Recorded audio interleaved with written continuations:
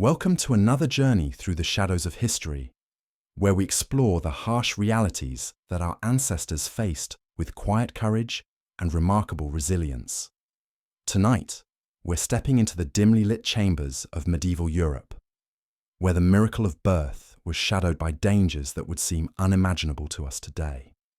Whether you're settling in for the evening or simply seeking a peaceful escape from the modern world, I'm grateful you've chosen to spend this time exploring the fascinating yet sobering story of medieval childbirth. Picture yourself in the year 1347, standing outside a modest stone cottage in the English countryside. The thatched roof sags slightly under autumn rain, while smoke rises from a chimney that barely draws properly in the damp air. Inside, a young woman named Eleanor grips the rough wooden frame of her marriage bed, her face pale with exhaustion and fear. She has been labouring for nearly 2 days, attended only by her mother and the village wise woman, whose knowledge comes not from books, but from decades of witnessing both triumph and tragedy in countless birthing chambers across the realm. This was the reality for millions of women throughout medieval Europe, where bringing new life into the world required a courage we can barely comprehend. The process that we consider a medical procedure today was then a harrowing journey through pain and uncertainty, guided by superstition, limited knowledge, and the desperate hope that both mother and child would survive to see another dawn. The medieval period, stretching roughly from the 5th to the 15th centuries, was an era when death lurked around every corner. Plague, warfare, and famine claimed lives with ruthless efficiency, but perhaps nowhere was mortality more present than in the birthing chamber. For women of this time, pregnancy was both a blessing and a potential death sentence. A 9-month countdown to an event that claimed as many as 1 in 3 mothers and half of all children born. Understanding medieval childbirth requires us to step away from our modern assumptions about medicine and safety. There were no sterile hospitals, no trained physicians specializing in obstetrics, and certainly no understanding of the microscopic dangers that threatened every delivery. Instead, birth took place in the familiar surroundings of home, attended by women whose expertise came from experience rather than education, and whose tools were limited to herbs, prayers, and an unwavering determination to help their sisters through the most perilous hours of their lives. The preparation for childbirth began long before the first labour pains announced the baby's imminent arrival. Medieval women understood that survival depended on careful planning and community support. As soon as a pregnancy became obvious, usually around the 4th or 5th month, the expectant mother would begin assembling her lying-in chamber, the sacred space where she would give birth and recover afterward. The lying-in chamber was typically the best room in the house, carefully prepared with thick hangings to block out drafts and evil spirits that medieval people believed could harm both mother and child. Heavy tapestries or woolen cloths covered the windows, creating a warm, dim environment that was thought to protect the vulnerable woman from harmful influences. The bed itself was layered with the finest linens the family could afford, often borrowed from wealthy neighbours or relatives, as these precious fabrics would need to absorb the blood and fluids of delivery. Wealthy women had the luxury of purpose-built lying-in chambers, complete with carved wooden panels depicting scenes of successful births and healthy children. These rooms might contain religious relics believed to aid in childbirth, such as fragments of saints' bones or pieces of the Virgin Mary's robe. The walls would be adorned with images of Saint Margaret, the patron saint of childbirth, who was believed to protect women during their most vulnerable hours. But for the vast majority of medieval women, the lying-in chamber was simply the family's main room, hastily rearranged and decorated as circumstances allowed. Straw might be scattered on the floor to absorb fluids, while precious candles provided light and warmth during the long hours of labour. The preparation of this space was a community effort, with neighbouring women contributing supplies, expertise, and moral support for the challenging days ahead. The actual process of giving birth in medieval times was governed by customs and beliefs that seem strange to our modern eyes, yet made perfect sense within the context of their world. When labour began, the husband was immediately banished from the house, as male presence was believed to complicate and prolong the birthing process. This was exclusively women's work, conducted in an atmosphere of sisterhood and shared experience that transcended social boundaries. The birthing attendants typically included the woman's mother, if she was still living, several experienced neighbors who had successfully given birth themselves, and the local midwife or wise woman. These midwives occupied a unique position in medieval society, respected for their knowledge, yet often viewed with suspicion, due to their association with the mysterious processes of birth and death. Medieval midwives learned their craft through apprenticeship and experience, rather than formal education. They understood the stages of labour, knew which herbs might ease pain or speed delivery, and possessed the crucial knowledge of when to intervene and when to wait. Their reputation depended entirely on their success rate, as word of a midwife's failures spread quickly through tight-knit medieval communities. The wise woman would arrive at the first sign of labour, carrying a leather satchel filled with the tools of her trade. These might include special birthing stones believed to ease delivery, herbs like ergot to strengthen contractions, and blessed oils for anointing the mother's belly. She would also bring practical items like clean linen strips for tying the umbilical cord and sharp knives for cutting it. During the early stages of labour, the midwife would encourage the mother to remain active, believing that movement helped the baby descend. The labouring woman might walk around the chamber, supported by her attendants, or kneel on specially designed birthing stools that allowed gravity to assist the delivery. These birthing stools were often family heirlooms, passed down through generations of women and carved with protective symbols or religious imagery. Pain relief during medieval childbirth was limited, but not entirely absent. Midwives knew that certain herbs could dull the worst agony of labour, though their use required careful balance. Too little provided no relief, while too much could slow or stop labour entirely, endangering both mother and child. Poppy extracts, willow bark, and various roots were commonly used, often brewed into bitter teas that labouring women would sip between contractions. Religious faith played an enormous role in managing the fear and pain of childbirth. Medieval women believed that their suffering in labour was part of Eve's punishment for disobeying God in the Garden of Eden, but they also trusted in divine mercy and intervention. Prayers were offered constantly throughout the labour, with specific invocations to saints known for protecting mothers and children. The girdle of the Virgin Mary was one of the most sought-after religious relics for childbirth. Women would wear or touch these sacred belts, believing they provided direct protection from the Mother of God herself. Wealthy families might own or borrow such relics, while poorer women made do with blessed medallions or scraps of cloth that had touched holy objects. As labour progressed and became more intense, the atmosphere in the lying-in chamber would grow increasingly tense. The midwife would examine the mother's progress by touch, feeling for the baby's position and the dilation of the birth canal. This intimate knowledge came entirely from experience, as there were no medical texts or formal training to guide these crucial assessments. Medieval midwives understood that babies could present in dangerous positions, and they possessed remarkable skill in manipulating both mother and child to achieve safer deliveries. They knew how to turn breech babies, assist with difficult presentations, and recognize when labour was progressing abnormally.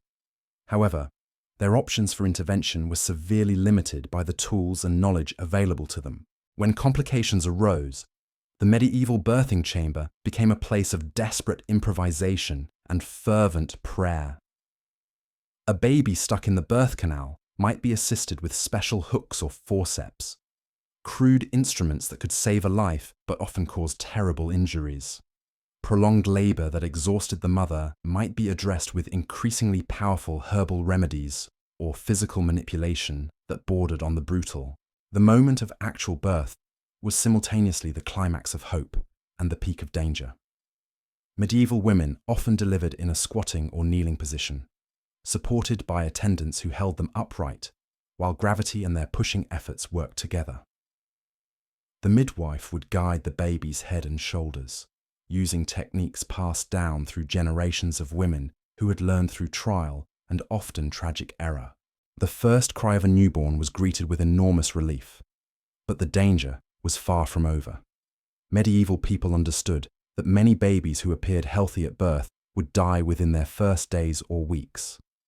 The immediate priorities were clearing the baby's breathing passages, cutting and tying the umbilical cord, and ensuring that the mother delivered the placenta completely. The treatment of newborns in medieval times reflected both tenderness and a realistic understanding of infant mortality. Babies were immediately wrapped in warm cloths and examined for obvious deformities or signs of weakness.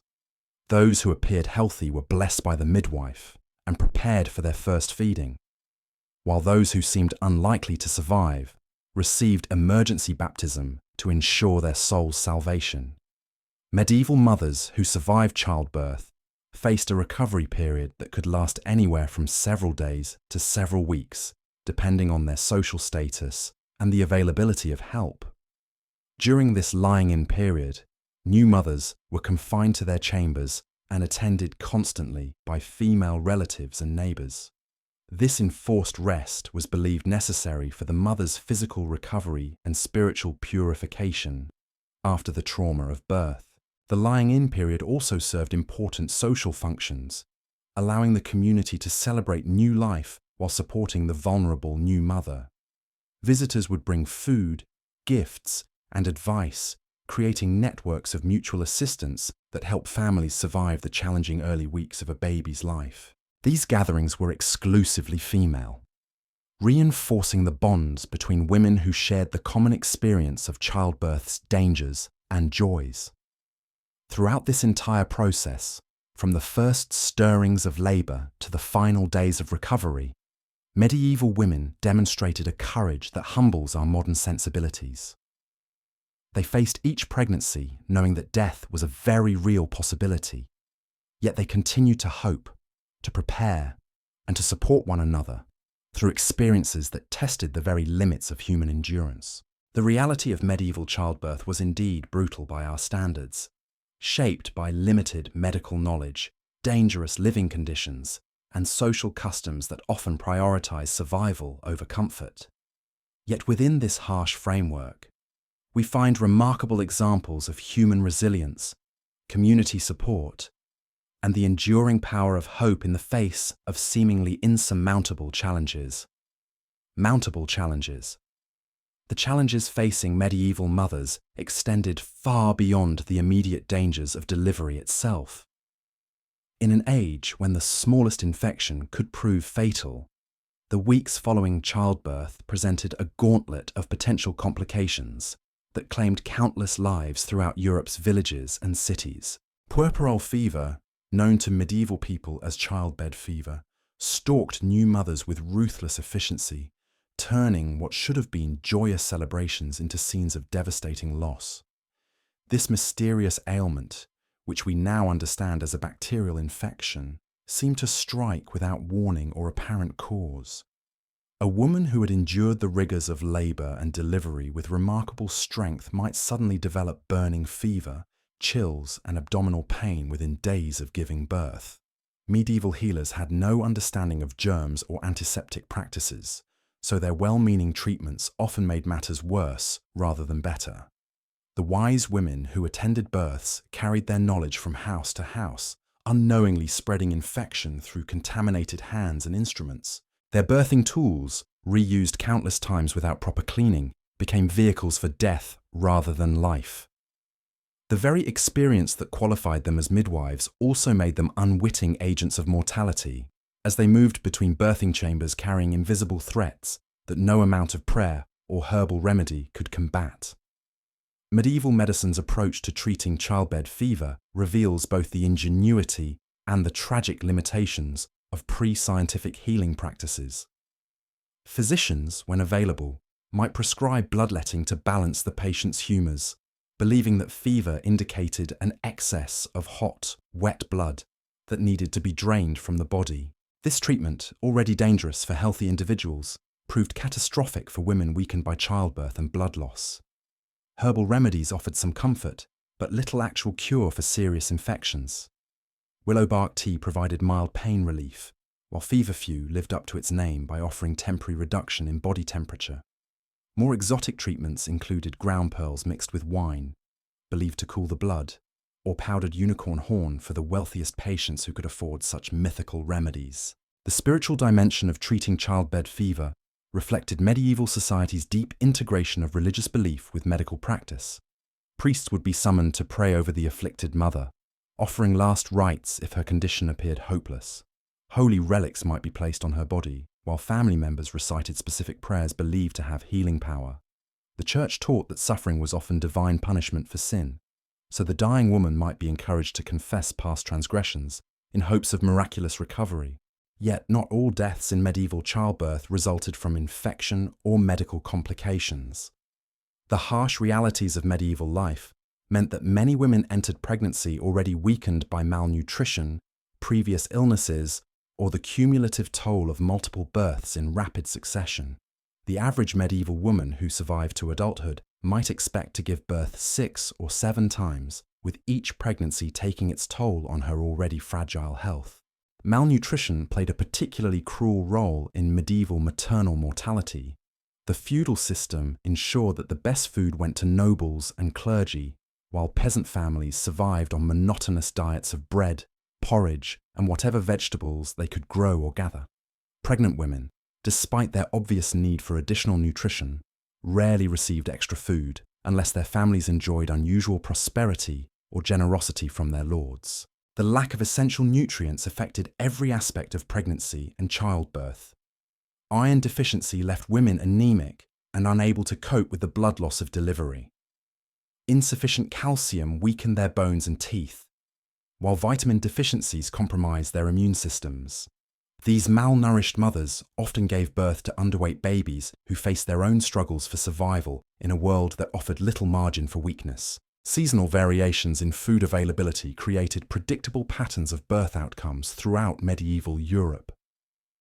Babies conceived during harvest time, when food was most plentiful, generally fared better than those whose mothers endured pregnancy during the lean months of late winter and early spring. The cruel mathematics of survival meant that nature's timing could determine whether both mother and child lived to see another year. The social hierarchy that governed medieval life extended even into the birthing chamber, creating stark differences in survival rates between different classes of women. Noble ladies enjoyed advantages that peasant mothers could barely imagine, from better nutrition during pregnancy to skilled physicians who might travel great distances to attend difficult deliveries.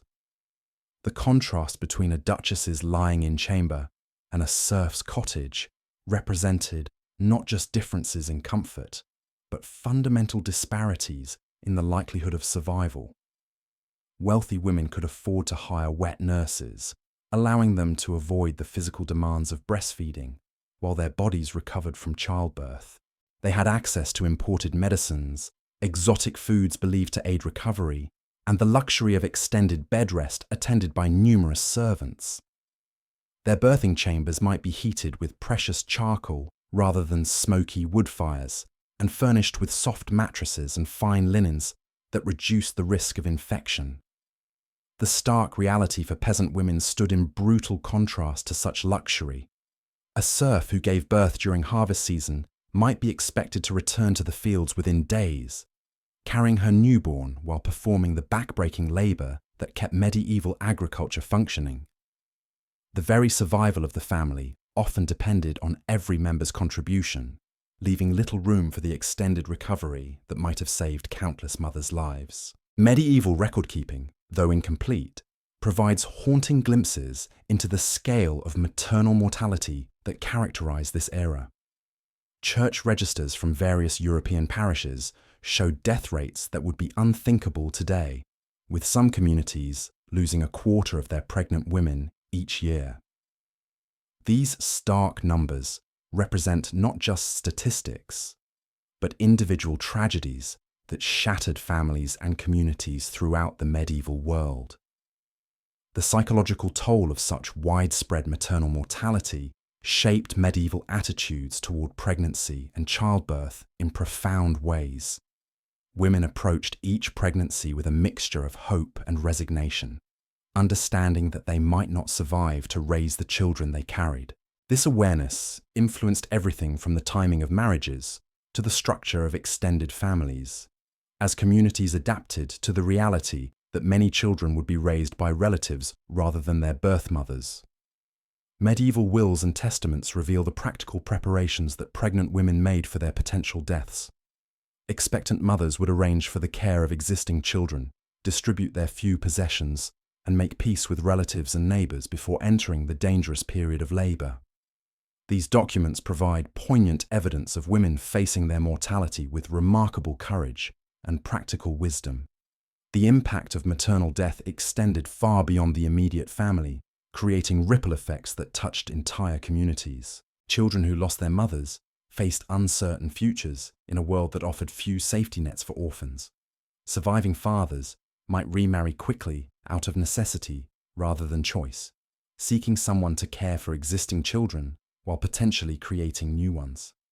These hasty unions often produced complex family dynamics and additional hardships for already vulnerable children. The role of religion in comforting the bereaved and making sense of such frequent tragedy cannot be overstated. Medieval Christianity taught that earthly suffering was temporary and that faithful mothers who died in childbirth would be rewarded in heaven for their sacrifice. This theological framework provided some comfort to grieving families, though it could never fully ease the pain of losing a beloved wife, daughter, or sister to the perils of birth. Medieval art and literature reflect society's complex relationship with maternal mortality, celebrating the ideal of motherhood while acknowledging its dangers. Religious paintings often depicted the Virgin Mary as the perfect mother, protected by divine grace from the suffering that claimed ordinary women. Folk tales and ballads preserved stories of heroic mothers who sacrificed their lives for their children, transforming tragedy into legend and providing cultural models for understanding loss. The practical responses to high maternal mortality rates shaped medieval family structures and social customs in lasting ways. Extended families became crucial support networks, with grandmothers, aunts, and sisters sharing the responsibilities of childcare and household management. Communities developed informal systems of mutual aid, ensuring that motherless families received the help needed to survive the immediate crisis and adapt to their new circumstances. The knowledge that death might claim any pregnant woman also influenced medieval approaches to education and skill sharing among women. Young girls learned not only basic household tasks, but also the fundamentals of midwifery and herbal medicine that might someday save their own lives or those of their neighbours. This practical education created networks of female knowledge that passed from generation to generation, preserving crucial survival skills in an uncertain world. As we examine the brutal realities of medieval childbirth, we begin to understand how these experiences shaped not only individual lives, but the very fabric of medieval society. The courage required to face such dangers, the communities that formed to support vulnerable mothers, and the adaptations that enabled survival all contributed to the complex tapestry of medieval life that would eventually evolve into our modern world. The evolution of medieval midwifery practices reveals both remarkable ingenuity and heartbreaking limitations in the face of obstetric emergencies. When normal labour turned complicated, these wise women drew upon generations of accumulated knowledge, employing techniques that sometimes bordered on the miraculous, yet often proved tragically inadequate for the challenges they faced. Medieval midwives developed an extensive understanding of fetal positioning through hands-on experience that no textbook could provide. They could identify a breech presentation by touch alone, feeling through the mother's abdomen to determine whether the baby's head or buttocks would emerge first. This diagnostic skill, honed through countless deliveries, allowed them to prepare for the additional dangers that abnormal presentations created. When faced with a breech birth, the midwife would guide the mother into specific positions designed to ease the baby's passage. The laboring woman might be instructed to kneel on all fours, allowing gravity to help reposition the infant, or to squat while supported by strong arms that could bear her weight during the most intense contractions.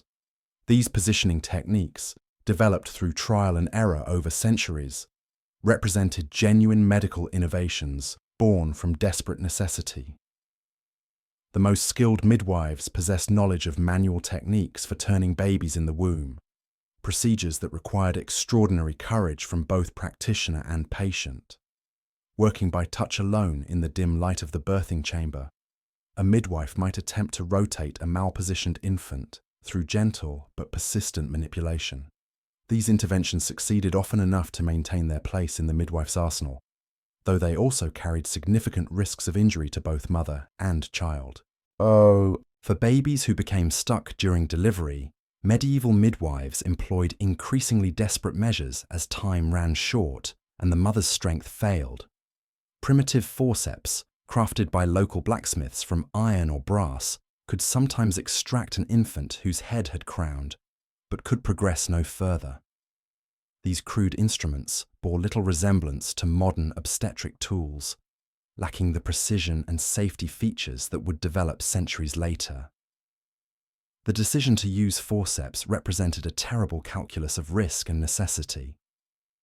The midwife understood that rough extraction might injure or kill the baby, but she also knew that prolonged labour could claim both lives if intervention failed to occur.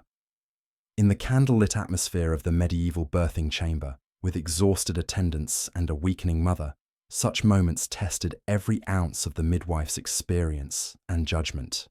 When mechanical intervention proved impossible or unsuccessful, medieval birth attendants sometimes resorted to procedures that would horrify modern sensibilities.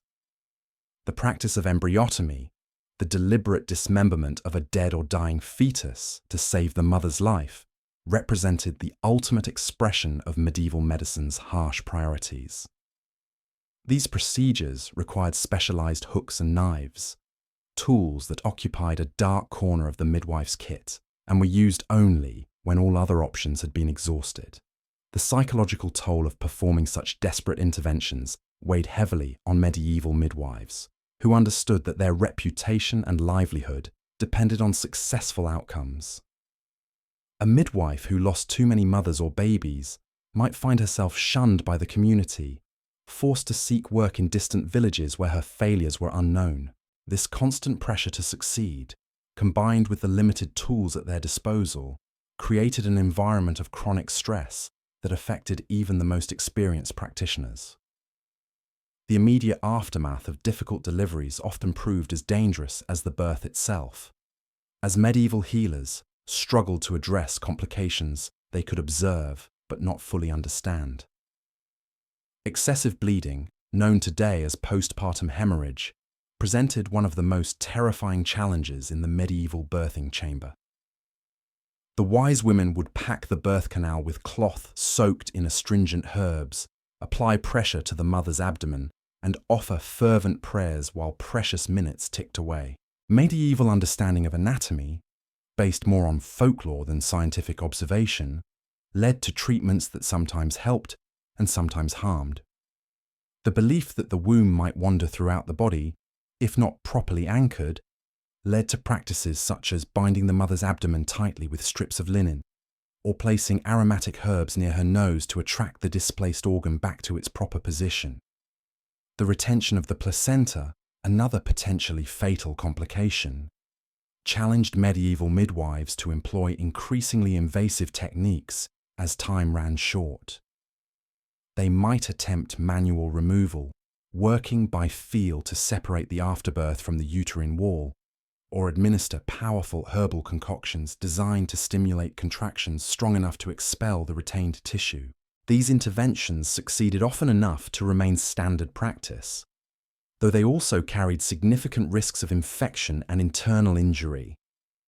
Pain management during these emergency procedures relied heavily on herbal remedies, whose effectiveness varied widely depending on the skill of the preparer and the quality of available ingredients. Opium poppies, when available, provided the strongest relief, though their use required careful dosing to avoid suppressing the breathing of both mother and child. More commonly available herbs like valerian root or chamomile offered milder comfort, helping to calm anxiety even when they could not eliminate pain entirely. The social dynamics surrounding difficult births reveal the complex networks of support and obligation that characterized medieval communities.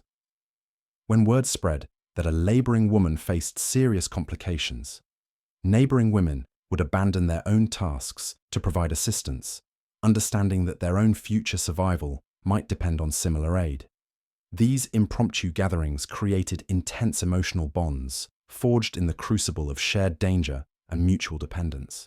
The presence of multiple attendants during difficult deliveries served practical as well as emotional purposes. Strong arms were needed to support the laboring mother in various positions, while additional hands could prepare herbal remedies, tend to other children in the household, or summon help if the situation deteriorated beyond the midwife's capabilities.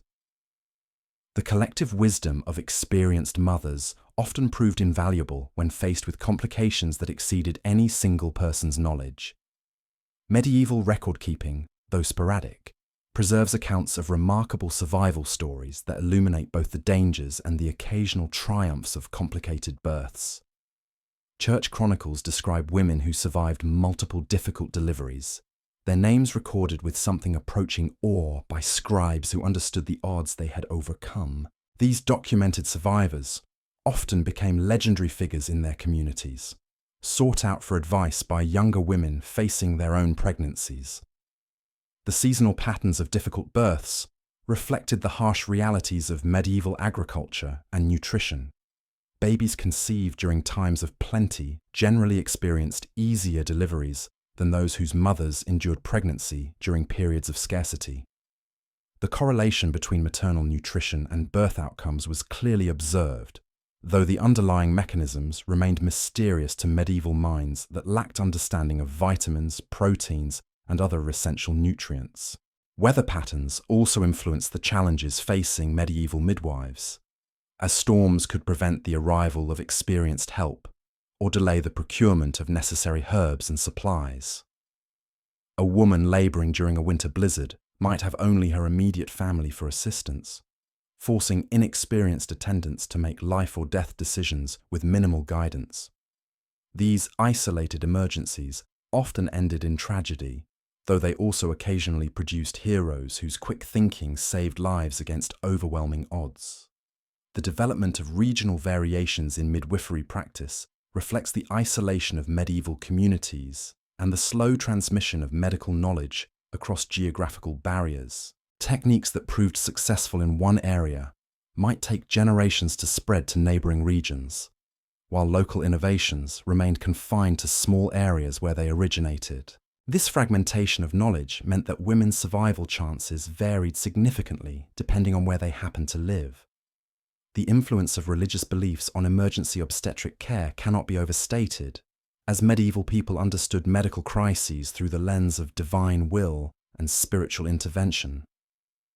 When faced with complications that exceeded human ability to resolve, midwives and families turned to prayer with desperate intensity, believing that miraculous intervention remained possible even when earthly remedies had failed.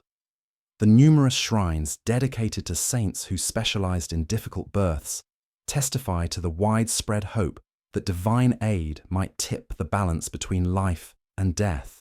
The training of new midwives occurred primarily through apprenticeship systems that exposed young women to the full spectrum of obstetric challenges over many years of observation and gradually increasing responsibility. A promising apprentice might begin by preparing herbal remedies and maintaining the birthing chamber before advancing to assist with normal deliveries and eventually handling emergencies under the guidance of an experienced mentor. This extended training period helped ensure that crucial knowledge passed from generation to generation, though it also meant that innovation spread slowly and errors could become entrenched in local practice.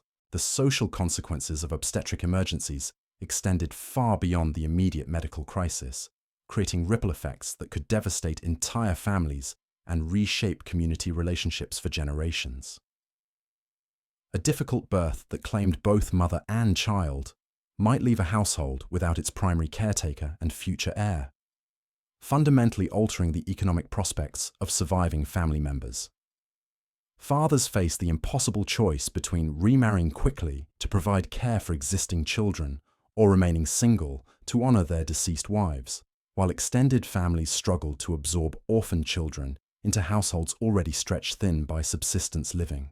The economic burden of prolonged difficult labor could bankrupt families who depended on every member's contribution for survival. Days or weeks of failed attempts at delivery meant that crucial agricultural work went undone during critical seasons, while the cost of summoning additional help or procuring expensive herbal remedies could exhaust a household's meager resources. Peasant families might be forced to sell livestock or tools to pay for emergency assistance, creating long-term hardships that extended far beyond the immediate crisis. Medieval legal systems struggled to address the complex questions of inheritance and responsibility that arose when childbirth went catastrophically wrong. If both mother and infant died during delivery, determining the exact sequence of deaths became crucial for inheritance purposes, as property might pass to different relatives depending on whether the child was considered to have lived long enough to inherit from its mother.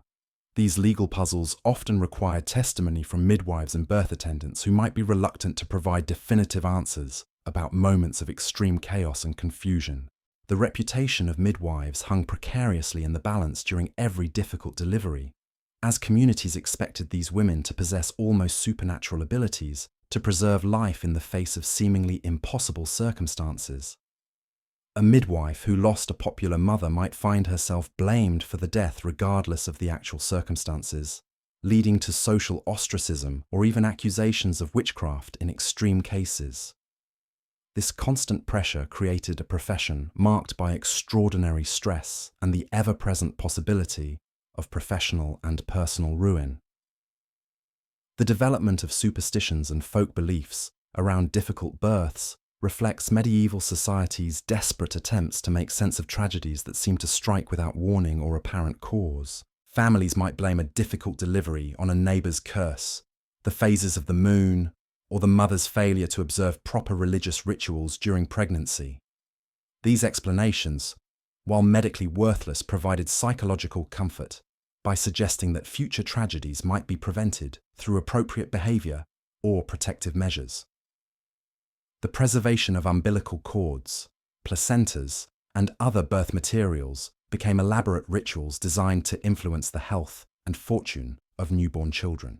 Medieval people believed that the proper disposal or preservation of these materials could affect everything from the child's future intelligence to their susceptibility to disease.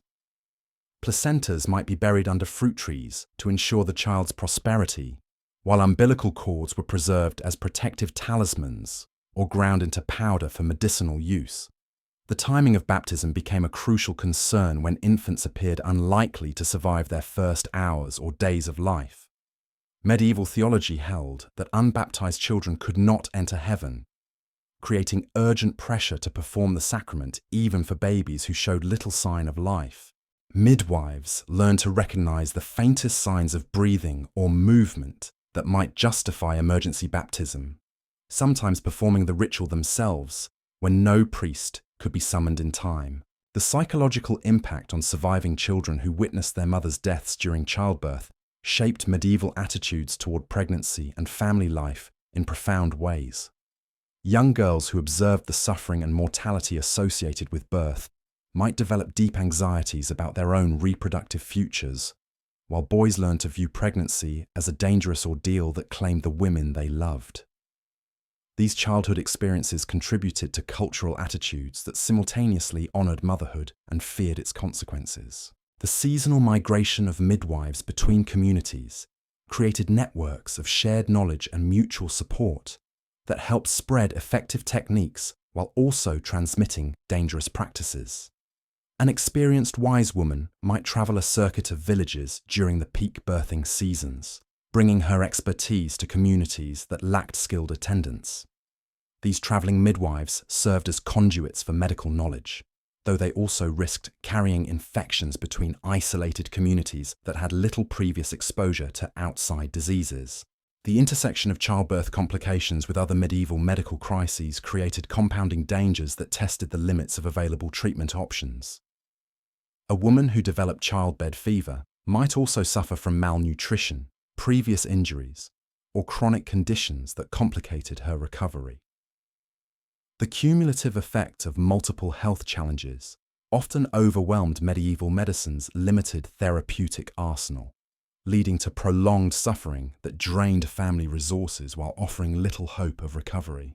The role of male physicians in obstetric emergencies remained extremely limited throughout most of the medieval period, as cultural taboos prevented men from examining or treating women's reproductive systems.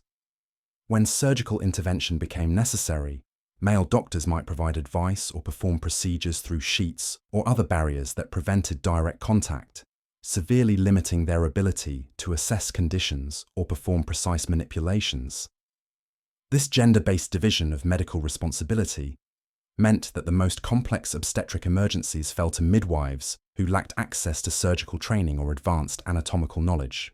The documentation of obstetric emergencies in medieval medical texts reveals the gap between theoretical knowledge and practical application that characterized medicine throughout this period.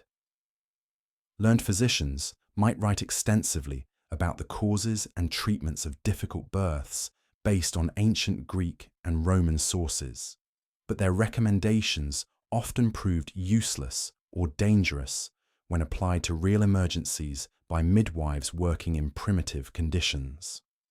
The disconnect between scholarly medicine and practical healthcare created a dual system where theoretical knowledge existed alongside folk wisdom, with little meaningful integration between the two approaches. The development of specialized birthing tools and instruments proceeded slowly and unevenly across medieval Europe, as blacksmiths and craftsmen struggled to create implements that could assist with difficult deliveries without causing additional harm. The design of birthing chairs evolved gradually, incorporating features that supported laboring women while allowing attendants better access for emergency interventions. These technological advances, modest though they were, represented genuine progress in addressing the mechanical challenges of difficult births. The training of noble women in basic midwifery skills reflected the understanding that even wealthy families might face obstetric emergencies when professional help was unavailable. Ladies of the manor often learned to assist with difficult births among their servants and tenants, developing practical skills that complemented their social obligations to provide care for their dependents. This cross-class sharing of medical knowledge created opportunities for innovation, while also spreading both effective techniques and dangerous misconceptions throughout different levels of society. The psychological preparation for potential death during childbirth became an integral part of medieval women's approach to pregnancy, influencing everything from their spiritual practices to their material preparations for the future. Expectant mothers might increase their charitable giving, confess past sins, and reconcile with estranged relatives as they prepared for the possibility that they might not survive the birth. These preparations provided emotional comfort while also ensuring that their worldly affairs were properly arranged for their family's benefit. The emergence of patron saints specifically associated with difficult births reflects medieval society's recognition that obstetric emergencies required divine intervention beyond the scope of normal medical practice. Saint Raymond Nonatus, who was supposedly delivered by caesarean section after his mother's death, became a popular intercessor for women facing complicated deliveries. The proliferation of such specialized religious figures demonstrates the widespread understanding that childbirth complications represented a distinct category of medical crisis requiring particular spiritual protection. The preservation of birth stories, both tragic and triumphant, in medieval oral traditions, created a repository of shared experience that helped women prepare for their own pregnancies while honoring those who had suffered or died in childbirth. These narratives served multiple functions.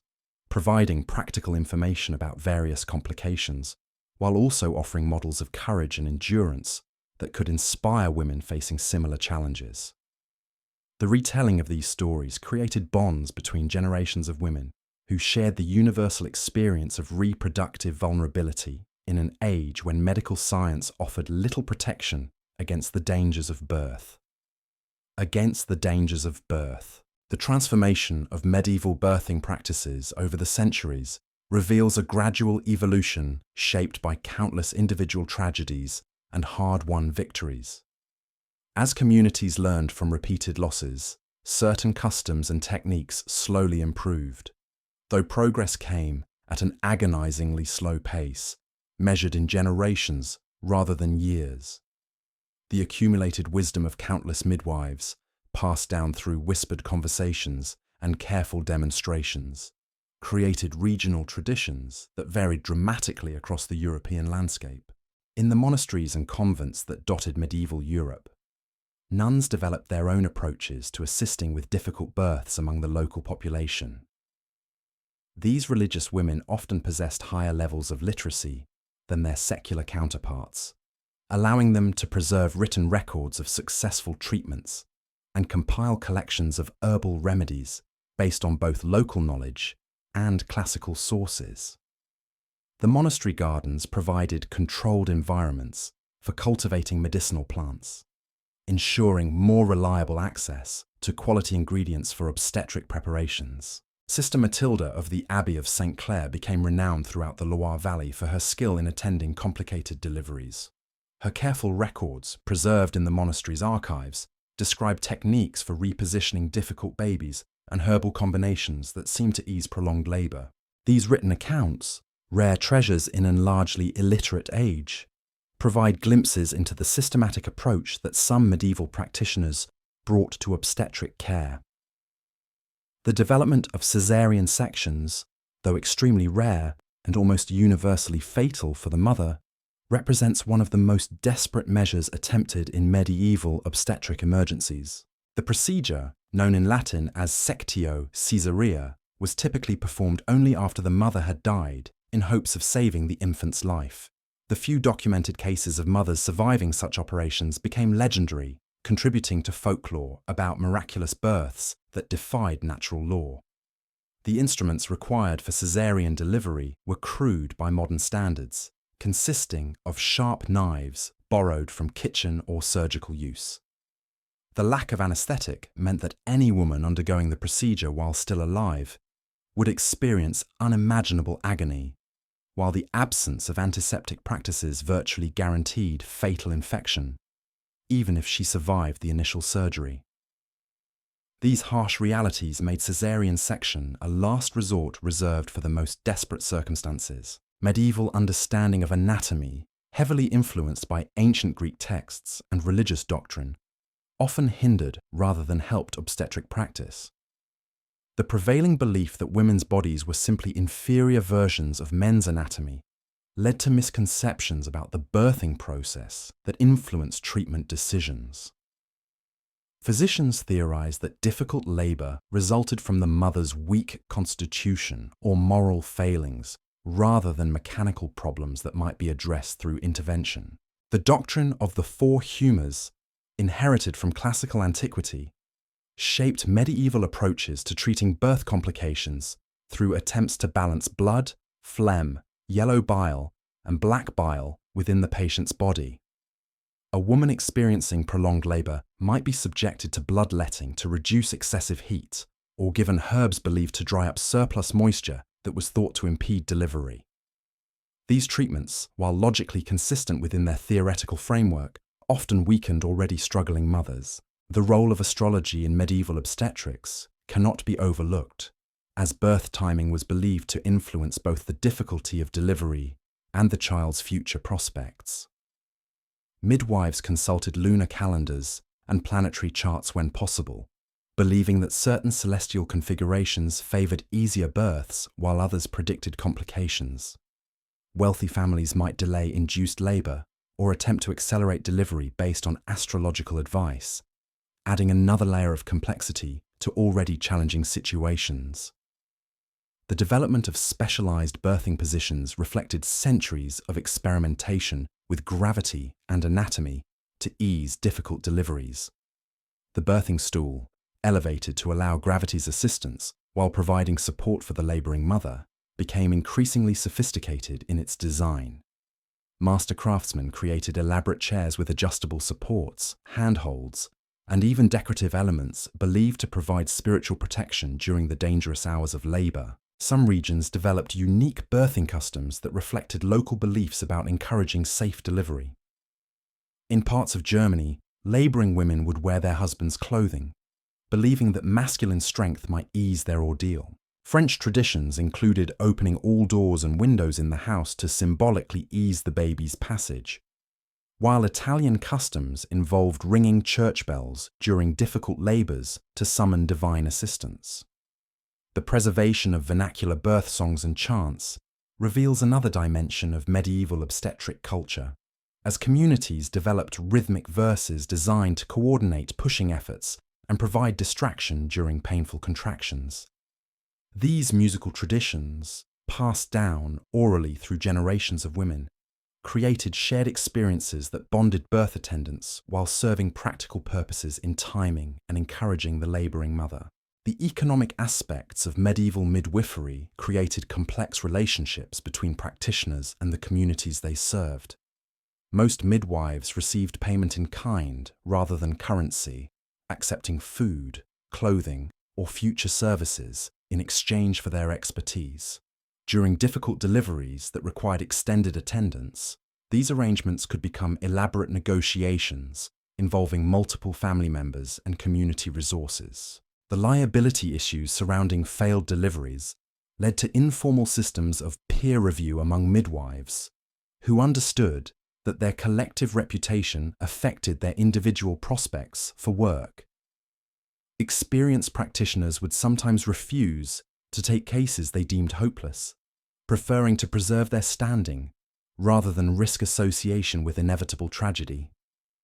These calculations, while understandable from a professional standpoint, sometimes meant that the most desperate cases received the least experienced care. The emergence of medical guilds in larger medieval cities began to formalize obstetric practice, though these organizations typically excluded women from membership despite their dominant role in actual birth attendance. Male physicians claimed theoretical authority over childbirth, while acknowledging their practical dependence on female midwives for hands-on care. This gender-based division created tensions that would persist for centuries, as formal medical education remained closed to women who possessed the most relevant practical experience. The influence of plague and other epidemic diseases on obstetric outcomes created additional challenges for medieval birth attendants, who might find themselves treating patients already weakened by concurrent illnesses. The Black Death of the 14th century decimated communities throughout Europe, leaving surviving populations undernourished and vulnerable to birth complications. Midwives working in plague-affected areas faced the double challenge of increased complications and reduced availability of experienced assistance. The development of caesarean techniques for dead mothers became increasingly systematized as medieval communities recognized the possibility of saving infant lives even when maternal death was inevitable. Church law required attempts to extract living children from deceased mothers, leading to standardized procedures that were performed by midwives, physicians, or even clergy when medical personnel were unavailable. These grim protocols reflected medieval society's prioritization of infant baptism and survival over maternal welfare. The preservation of birth membranes and other anatomical materials for magical purposes reveals the intersection of medical practice with folk beliefs about protecting newborns from harm. Cauls, the amniotic membranes that occasionally covered babies' heads at birth, were considered powerful talismans that could protect their bearers from drowning, witchcraft, or other dangers. Midwives often retained these materials to sell to sailors and travelers who valued their supposed protective properties. The development of regional specializations among midwives created networks of expertise that could be summoned during particularly challenging cases. Some practitioners became known for their skill with breech presentations, while others gained reputations for managing twins or other multiple births. These informal referral systems allowed communities to access specialized knowledge when local midwives encountered situations beyond their experience. The psychological support provided by experienced birth attendants often proved as crucial as their medical interventions, as laboring women faced not only physical agony but also very real fears of impending death. Skilled midwives developed techniques for calming panicked patients, using combinations of gentle touch, soothing words, and shared stories from successful previous deliveries. The ability to project confidence and competence during chaotic emergencies became one of the most valued skills in medieval obstetric practice. The seasonal variations in obstetric complications reflected the harsh realities of medieval agricultural cycles, as women who conceived during harvest abundance faced different challenges than those whose pregnancies coincided with winter scarcity. Spring births often involved mothers weakened by months of poor nutrition, while autumn deliveries might benefit from the relative plenty that followed successful harvests. These patterns were clearly recognized by experienced midwives, who adjusted their expectations and treatments accordingly. The documentation of obstetric emergencies in legal records provides additional insight into medieval attitudes toward birth complications and their consequences. Court cases involving accusations of midwife incompetence reveal community standards for acceptable practice while also highlighting the desperate search for explanations when deliveries ended in tragedy. These legal proceedings, though biased by their adversarial nature, preserve detailed descriptions of specific complications and the treatments attempted to address them.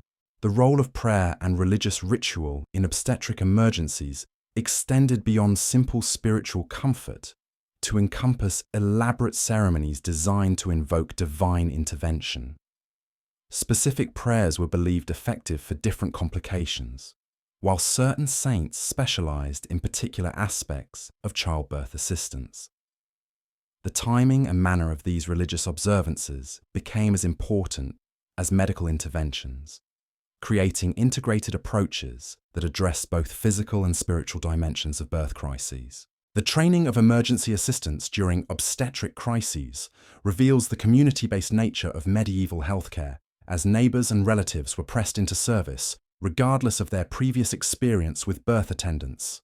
These impromptu helpers learned crucial skills during actual emergencies, creating informal educational systems that spread basic obstetric knowledge throughout female populations. The quality of this emergency training varied dramatically, but it ensured that most women possessed at least rudimentary understanding of birth complications and their management. The preservation of failed remedies alongside successful treatments in medieval medical collections demonstrates the experimental nature of obstetric practice, as practitioners struggled to distinguish effective interventions from useless or harmful procedures. The absence of controlled testing meant that coincidental recoveries might be attributed to ineffective treatments, while genuinely helpful techniques could be abandoned if they happened to be associated with unfortunate outcomes. This trial and error approach to medical knowledge created confusion that persisted across generations. The development of post-delivery care protocols reflected growing understanding of the extended dangers that followed successful births, as communities recognized that survival of the immediate delivery did not guarantee long-term recovery. Specific dietary recommendations, activity restrictions, and herbal treatments were prescribed for new mothers, based on observations of factors that seemed to influence recovery rates. These protocols, while often based on incomplete understanding, represented genuine attempts to systematize care based on accumulated experience.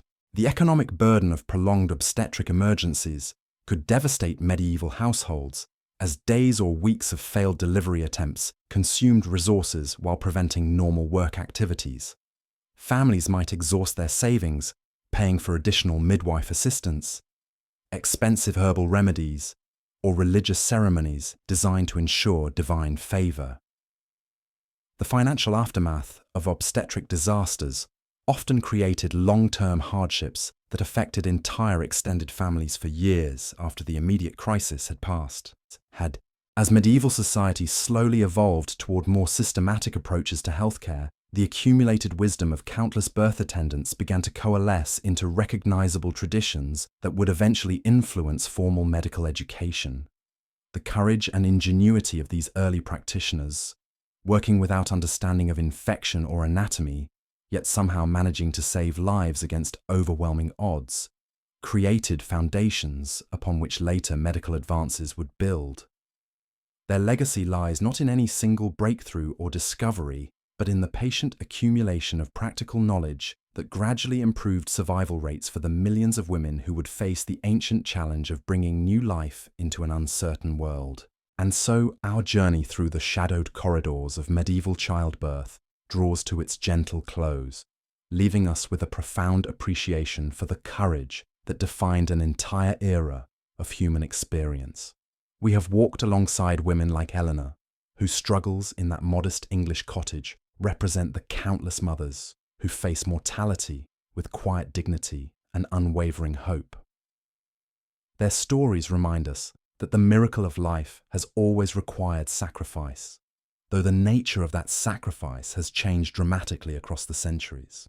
The brutal realities we have explored tonight, the primitive conditions, the limited knowledge, the ever-present spectre of death, paint a stark picture of human vulnerability that seems almost unimaginable from our modern perspective. Yet within this harsh framework, we have discovered remarkable examples of resilience, innovation, and community support that speak to the enduring strength of the human spirit.